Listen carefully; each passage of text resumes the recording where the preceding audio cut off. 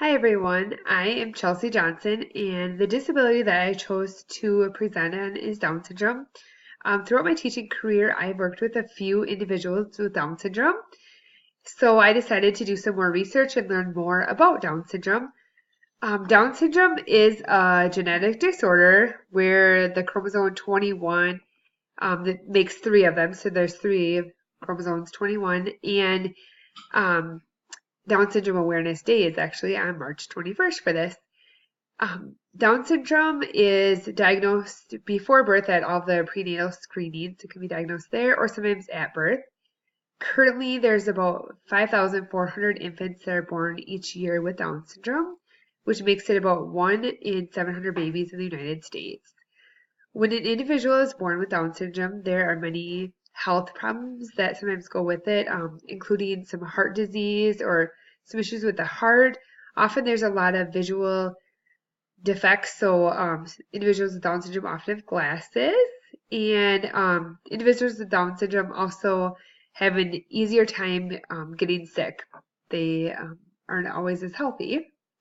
With that, some of the features and characteristics of Down syndrome are a flattened face, a smaller head, short neck. They have upward, like slanting eyelids. Their eyelids are a little bit different shape. They have smaller ears. They have poor muscle tone. Sometimes they have shorter hands. They are very, very flexible. They can move around in different areas. And they're shorter. Infants may start out at average size, but then their growth slows down as they get older. So, most children with Down syndrome end up having a cognitive impairment. They also have delayed language, and their short-term and long-term memory sometimes is affected by this. So, with that, individuals with Down syndrome will qualify for services under the DD label at birth. They'll have to go through an evaluation process and qualify for it. And with time, then they'll get on an IFSP, so an individualized family service plan, and then when they're up for another evaluation, then they can qualify under the developmental cognitive disability label.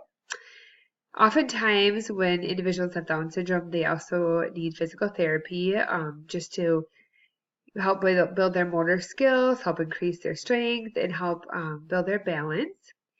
They also need speech and language therapy to help them improve their communications, talk at a little bit slower rate, and be understood by others. They also often need occupational therapy just to be able to adjust to everyday life, to help with handwriting, help with typing, all of that. Individuals with Down syndrome also often need emotional and behavior therapies to help them to get through all of that, as sometimes there are behaviors that accompany Down syndrome. And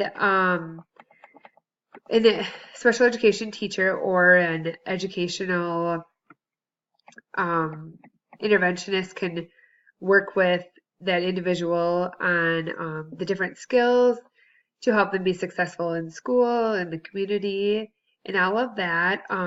The services are obviously provided at a free cost from birth to 3, and then they can start at school at age 3.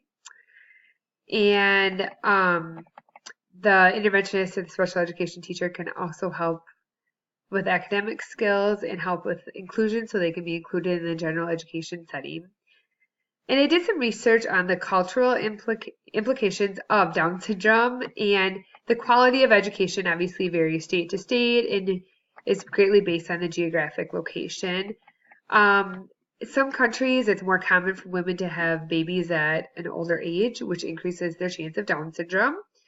And in some countries or different areas, there's a lack of medical resources, which makes it harder to detect Down syndrome and harder to get the proper medical care and support for the families and the individuals with Down syndrome. Looking on the World Wide Web, there are a ton of resources for families on Down syndrome. There's lots of really good books out there. The National Down Syndrome Society, which is www.ndss.org, is a wonderful resource with lots of different tips, tools, anything that families need. There's also like I said, a lot of books. Down Syndrome International actually looks around the United States and the world, different resources. So again, there's lots available and lots to look into. Thank you.